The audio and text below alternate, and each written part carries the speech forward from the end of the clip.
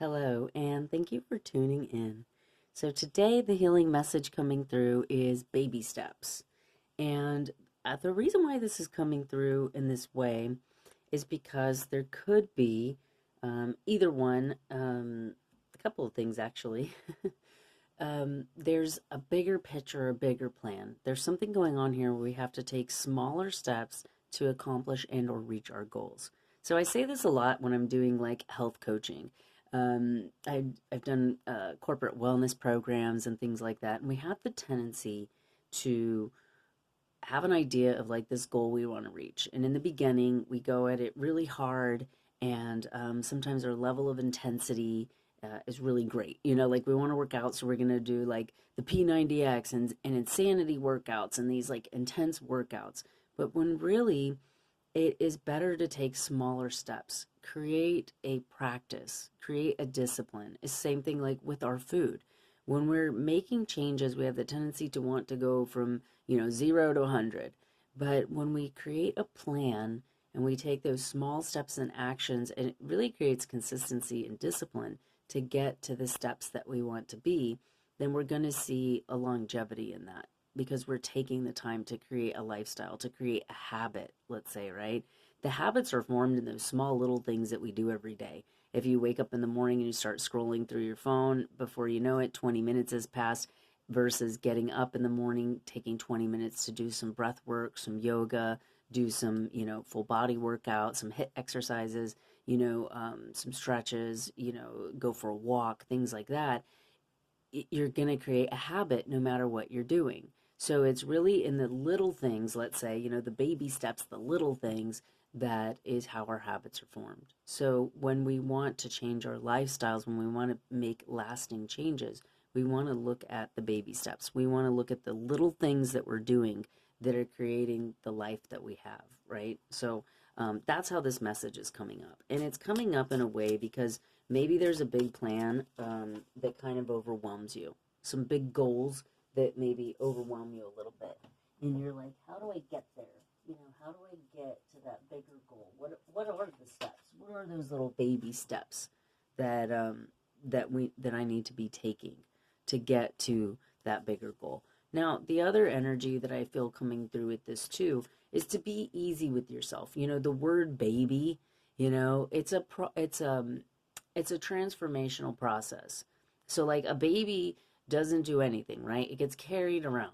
And then when the baby starts to move, it's like holding its head up, rolling over, then crawling, then taking steps. So even a baby has a process, and this is a process that we've all been through. Maybe we don't remember being a baby, but nobody's yelling at the baby to walk. You know what I mean?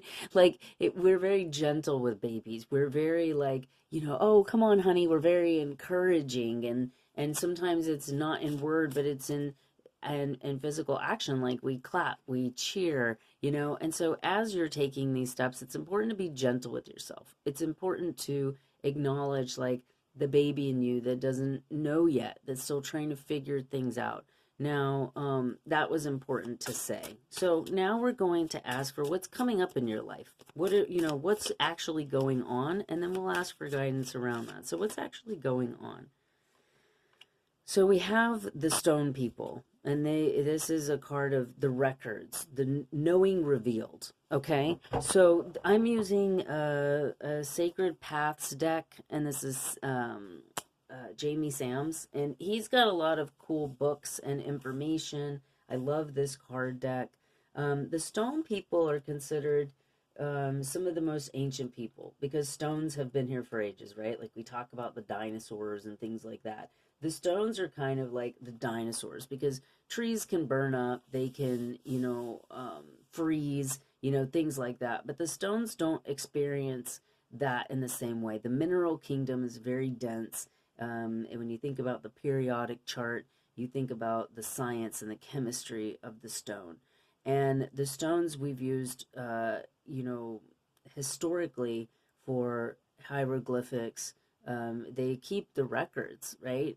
So when some of the tombs, some of the ancient ruins, they're made out of stone. some kind of stone, whether it's limestone, whether it's, but the idea is that the stone really keeps. And so um, this is something that we're looking at in terms of your history. What's going on in your history? What's your path? Also, this goes back to ancestry, because this goes back to family line. This goes back to your genetic history. This goes back to what we would call inherited family patterns. This also goes back to um, our Akashic records. This goes back to past lives, past incarnations. Now, I have a couple of theories with it. I do Akashic record readings, so if you have an interest in that, check out the description box. But the Akashic record readings, I have a couple of things with that. So one, I've always thought, because there's a more paganistic belief of incarnation, where our souls are everlasting spirits. I think every religion and philosophy agrees with our spirits being everlasting and infinite. And then we have different beliefs around that when our bodies die, that our souls carry on, and then it can reincarnate into other forms. So you have many lives. You've been on the earth many times. You've taken many different shapes, genders, identities in terms of like your culture, your location, those sort of things. And then there's the Christian belief that your soul is in one body and then it waits for Judgment Day. And I can see it both ways, because I also feel like somebody who's had past life memories and experiences, that when I did genetic testing, I found that the memories that I had were directly tied with my DNA and the information that I've been able to gather historically about my genetics, about my DNA. So I have Native American, I have Inuit, I have Iberian. Like, there's a number of different things that come up in my genetics that I've had, Northern African, like Egypt, Morocco, that, and I've had memories of those lives, Jewish, those Holocaustic memories. And so my curiosity is, did I actually have these lives? Have I incarnated? And I've done my Akashic records. There's been other lives that have shown up, but is it that I've had these other lives and I've experienced them myself as a soul, or is it that my soul is in a body with many, many generations of genetic stories and genetic memory that my soul is able to access and experience in this body? So it's just something to think about, because I work with Christians, I work with, people of all kinds of different faith, and it's an interesting concept to ponder. I don't think anyone has the right answer, I don't think we know those answers, and I think that there's a reason for that void. But with this in particular, in congruence with the baby steps, we're looking at that, that we're in this for the long game, right? Like some people say, like, I've been doing healing work for a long time, and there's always work for me around communication. There's always work for me around teaching and being a student. So like I tell people, like, it's like we sometimes want to get to that end goal. I remember when I first started doing healing work with my sensei, a lot of my energetic work goes back to martial arts and the branches of martial energy. And I used to tell him, like, when are we going to get to this point where we don't have to do the work anymore? And he would just laugh at me. And I'd be like, why are you laughing? Like, this is a serious question. Like, I thought that, like, you work and you get to a certain point and you don't have to do the work anymore. And he would just laugh at me. And I'm like, why are you laughing? Like, in my naivety. And then I finally reached a point where I understood that life is a process. The work is never done. There's always going to be steps that need to be taken, right? There's always going to be work. There's always going to be truth and knowing that needs to be acknowledged, that needs to be transferred. There's always things that need to be transformed. And so a true master, like when you step into that space of mastery, it's you understanding that the work is never done. Like, work is done, but then there's always more work to do, right? Life is a process. Your healing is a process. And so there's never going to be some kind of point where we like reach a utopia of not having to do any work, right? So, it's like accepting the process, falling in love with the process, and learning the steps. And as I say that, it comes into this vibration of like a dance. You know how in dance you learn certain steps, like if you're doing the bachata, I don't know. I'm not really a dancer, to be honest with you. I'm one of those wild dancers that just does whatever I want. But when you take actual dance classes, there's steps that you take, and it's like, this is the salsa, this is the bachata, this is, don't quote me, but these are the particular movements, the particular steps that they teach and that you take. So I'm going to actually read this card for you, and it's: the stone people mark a time in which knowing will be revealed to you. Your personal records are held in these libraries of rock. Childhood memory may return and allow you to piece together a part of your personal puzzle. Memories of past lives or deja vu could bring new awareness. Whatever the case, you are now in a position to know where you came from and where you are going. A stone person can assist you in focusing your intent, dispelling confusion, changing habits, retrieving records from long ago, and getting grounded. Allow these teachers to become your allies and discover a new world. Listen to the whispers of the mineral kingdom, and your heart will know. In all cases, Stone People card asks you to open your mind because new understandings are coming your way. This knowledge is based in earth records and may change the ways that you view your life. These ancient friends are the oldest children of the earth and only ask that you stop and you listen. It was 11:44 on the timer when I completed that. Now, what I'm getting from this, in congruence with the baby steps, are when I do Akashic record readings, what I've been trained to do is to connect with what they call your masters, your teachers, and your loved ones. And the idea of this are these are beings that protect the records. They take care of the records. It's the idea that there's like this library of information, both stored in for our planet, the things that have happened on this planet. And now, if you are into geology, if you're into what do they call it, like carbon dating, if you really look at the methods, the forensic methods that archaeologists use to not only date things back, like they study fossils and they can say this fossil has been on the planet for this amount of time, they're able to do that. When you cut a tree, they're able to read the rings, and they can even tell, if there was a freeze, if there was disease that happened to this tree during that time frame. So this goes back to that kind of understanding, right? And so because of that, we're looking about, getting back to the Akashic records.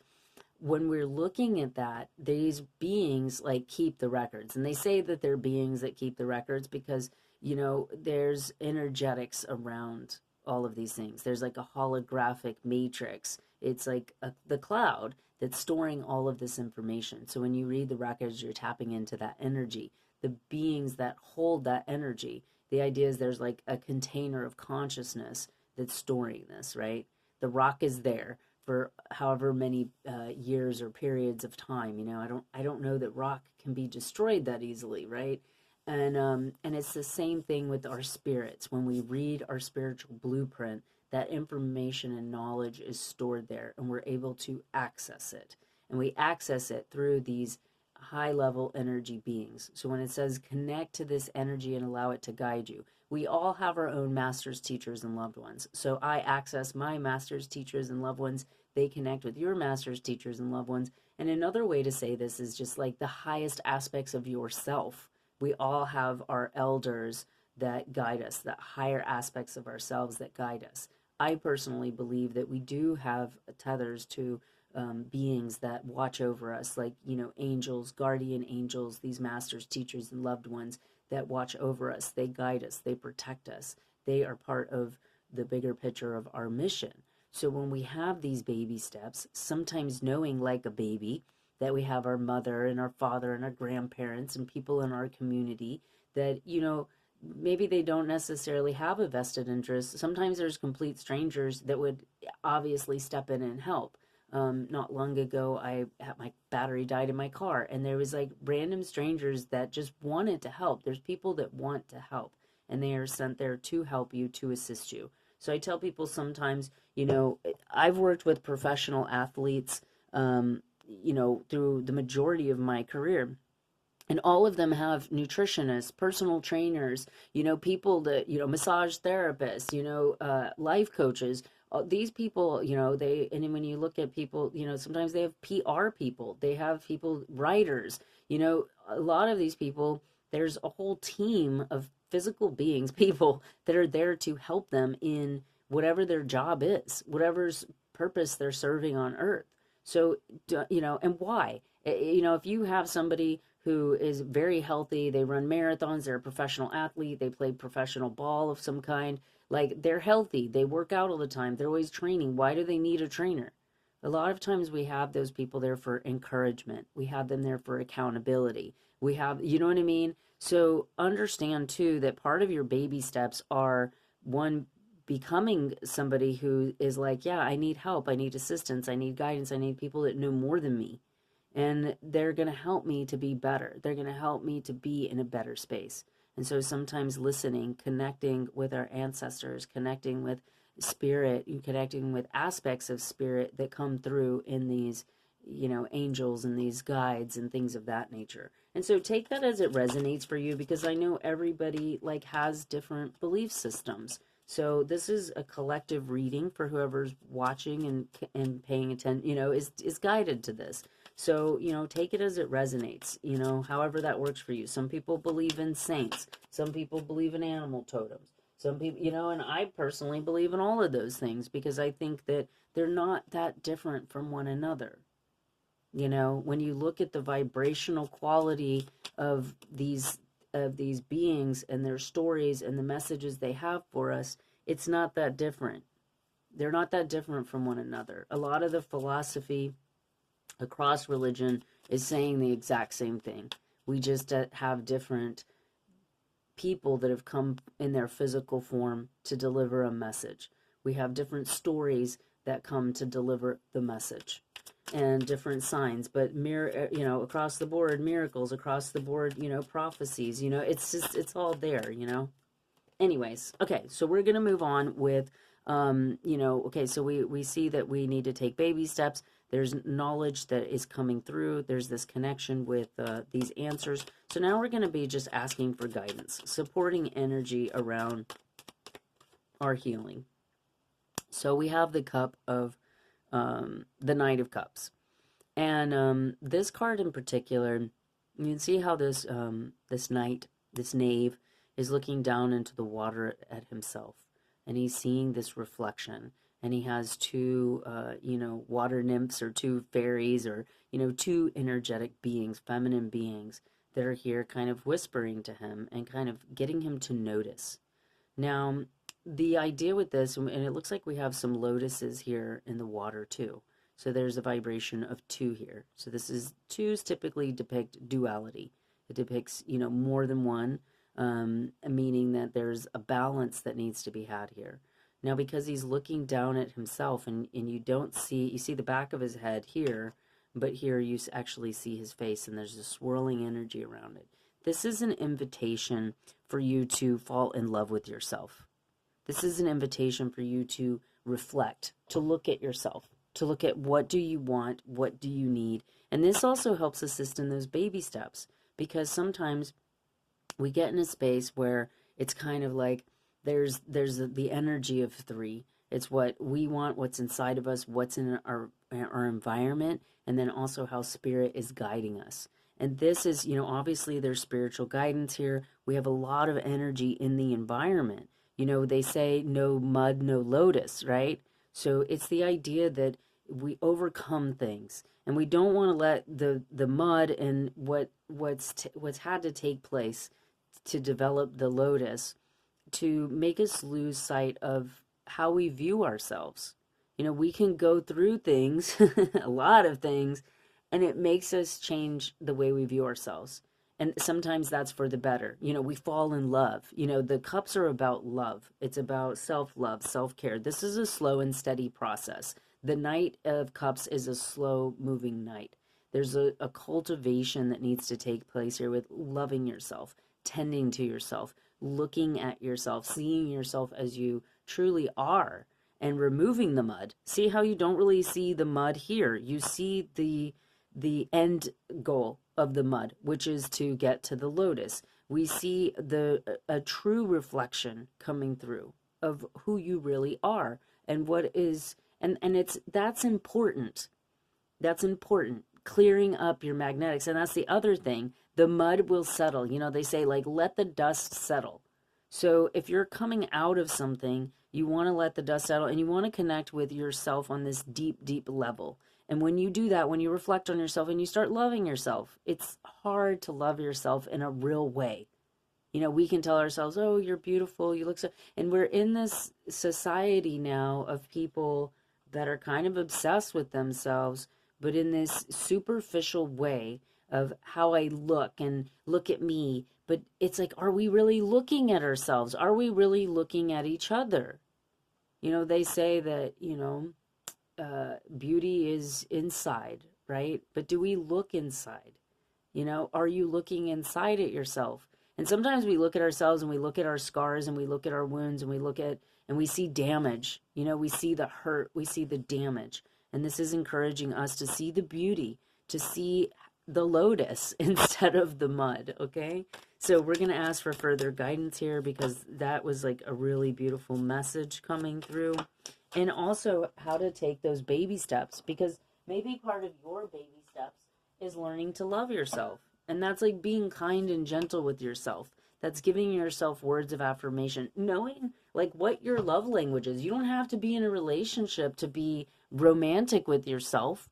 You know, I learned this a long time ago. I was single for quite some time, and I had this cute little cottage downtown, and I would buy myself dinners. I would make like a date for myself. And I used to have this little AM radio, and I used to listen to the Magic games, the announcers that would speak the games, you know, and they still have that. It was on a little AM FM radio. I used to listen to it. I put on the Magic games and listen to the announcer speak, and I would fire up the grill and buy this organic wine that I loved, and you know, play records and, you know, get out the paint and start painting. And I would make a date for myself. I would buy myself flowers. And I just would love myself. Like, I would be romantic with myself. I would do the things, and not in a weird way, in a way of like, you deserve to be celebrated. You deserve to be loved. Don't wait for someone to buy you flowers. You want the flowers, go buy the flowers. You know, you want a date night, create that. You know, and it's not doing it from a space of something's missing and I want that from someone else. It's doing it from a space of like, I love myself. Life is short, and I want to have the experiences I want to have. I want to give myself the things that I want to give myself. So if one of the things is like, don't wait around for other people to give you what you want and need, to take you where you want to go. Like, cultivate that within yourself. Honor and love yourself enough to give yourself the things that you need. And I feel like when you do that, you don't put so much expectation and pressure on other people, because it's a lot harder to get somebody to do the things that you want them to do versus to do those things for yourself. And then anything that anyone else is willing to give you when it comes to love is extra. You know what I mean? It's extra. So get yourself that body scrub. Give yourself that night in the bathtub where you're able to like take a hot bath. You know, maybe have a glass of wine, or you know what I mean? Like, add some extra bubbles and candles, you know, put on your favorite tunes, or, you know, and dance around the living room. Like, these are things that we're able to really love ourselves if that's what you like to do. Everybody's different. You know, I'm kind of speaking from my own space, but you know what you want and what you need and what you're depriving yourself of. And you can give yourself whatever it is. You know, have a date night. Go to the movie theater. You know what I mean? Like, you know, and you can also invite a friend or bring somebody with you. But the idea is that you're loving yourself. You're honoring yourself. You're looking at what you really need and want, and you're taking the steps to give yourself that. All right, moving on here. Sorry about that.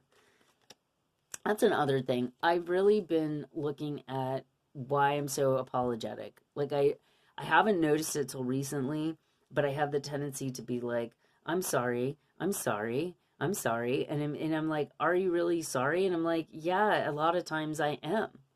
And it's like, but why? Like, why am I apologizing all the time? Like, do I feel sorry? Like, is that, so it's like sometimes it's, and that's like a small habit that like you don't notice that you're doing it. You're mostly unaware until something brings your awareness, you really start to reflect on yourself. What are you doing?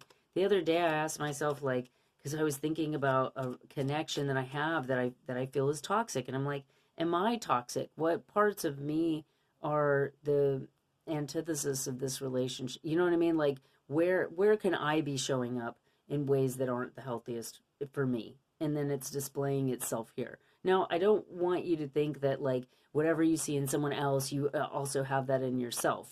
I want you to be true with yourself, because sometimes opposites attract. Sometimes we're attracting something that is polar opposite of us. It's nowhere near who we are.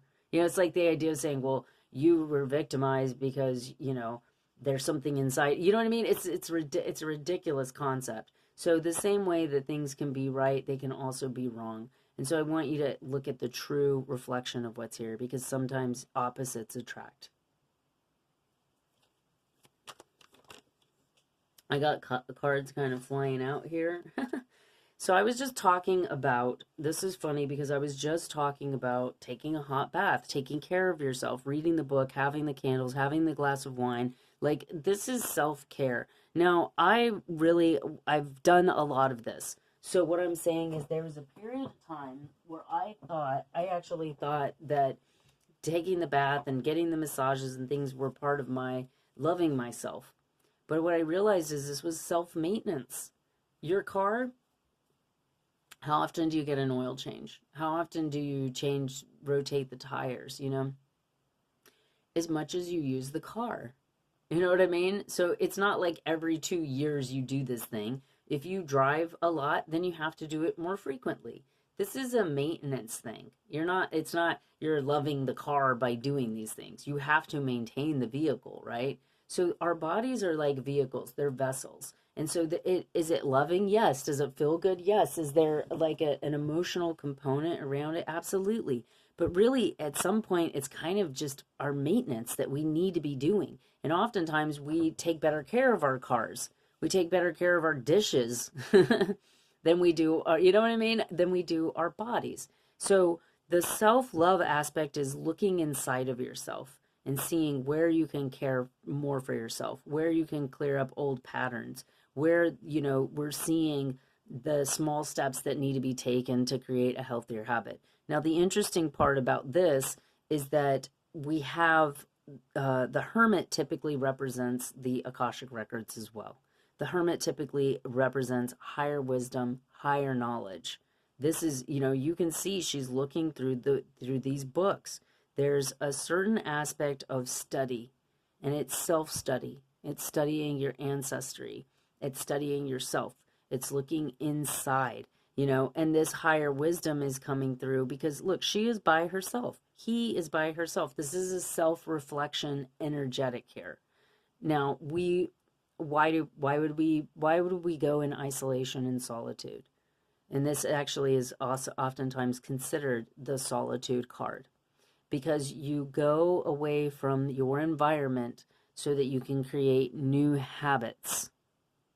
Okay? So when you're uninfluenced by your environment, you're uninfluenced by what your mom tells you to do, what your husband tells you to, you know what I mean? When you become uninfluenced by the expectations, the desires of others, then you're able to get really clear about what you want, what's important to you, what is going to work for you, what isn't going to work for you in your own life, versus, how the dream of the planet is asking us to show up as a woman, as a man, as like whatever, you know what I mean?